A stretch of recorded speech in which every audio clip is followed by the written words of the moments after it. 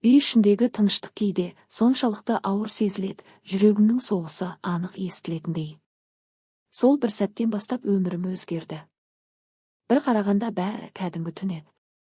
Мен ас үйге су алуға шықтым. Жуынатын бөлменің жанынан өттім.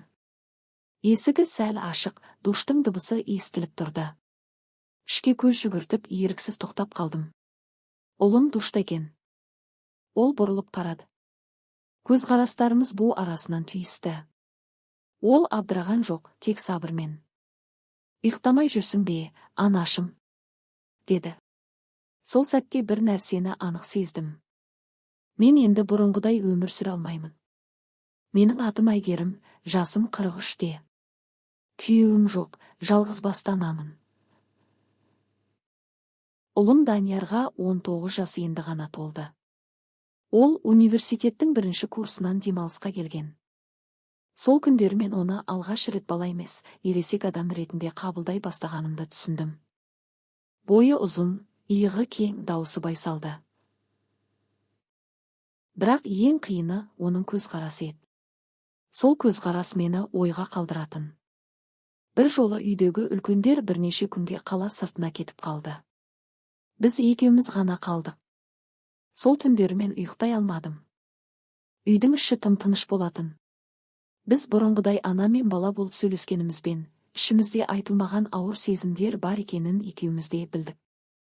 Біз ешқашан шектен аспадық. Бірақ үнсіздік, ұзақ қарастар, сөзсіз түсіністік бәрі де менің ішкі әлемімді төңкеріп жіберді. Мен өзімді көп жылдардан кейін алғаш рет тірі адамдай сезіндім.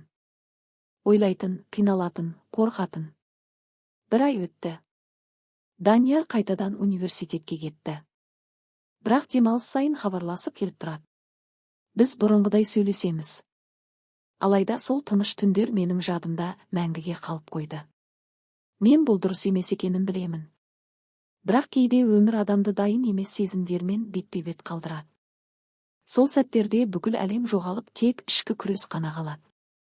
Егер бұл оқиға жүрегіне әсер етсе, үнсіз қалма. Кейбір сезімдер айқайламайды, бірақ өмірді түбегейлі өзгертеді.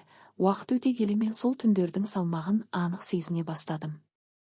Үй қайтадан адамдарға толды, күнделікті тіршілік өз арнасына түсті. Бірақ ішкі тыныштық оралмады.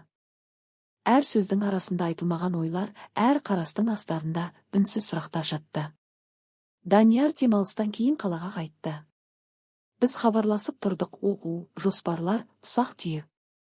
Дауысы бұрынғыдай байсалды, салмақты.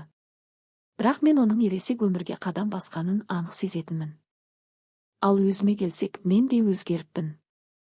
Ана болу мен әйел болудың арасындағы нәзік шекараны бұрын-соңды мұндай анық көрмеген едім.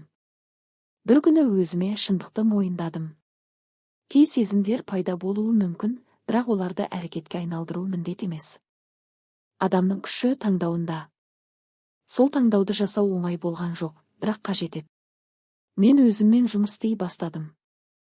Ұзақ уақыт кейінге қалдырған істеріме қайта оралдым. Кітаптар, серуен, достармен әңгіме. Кейде жалғыздық қысып келсе де, мен оны қабылдауды үйрендім. Жалғыздық бос кеңістік емес, ойлануға берілген уақыт екенін түсіндім. Данияр демалыс сайын келгенде, біз ашық сөйлесуге тырыстық. Бір-бірімізді ренжітпей, бірақ шекараны нақты ұстап. Бұл бізге екеумізге де қажет еді. Ол да өсті, мен де. Өмір кейде адамды тосын сезімдермен сынайды. Сол сәттерде ең маңыздысы өзіңе адал болу және дұрыс жолды таңдау. Себебі кейбір үнсіз шешімдер айғайдан да қатты естіледі. Бұл оқиға мені әлсіз етпеді. Керісінше, жауапкершілікті сезінуді үйретті. Ал тыныштық ол енді бұрынғыдай қорқынышты емес. Ол өз-өзіңмен қалуға мүмкіндік.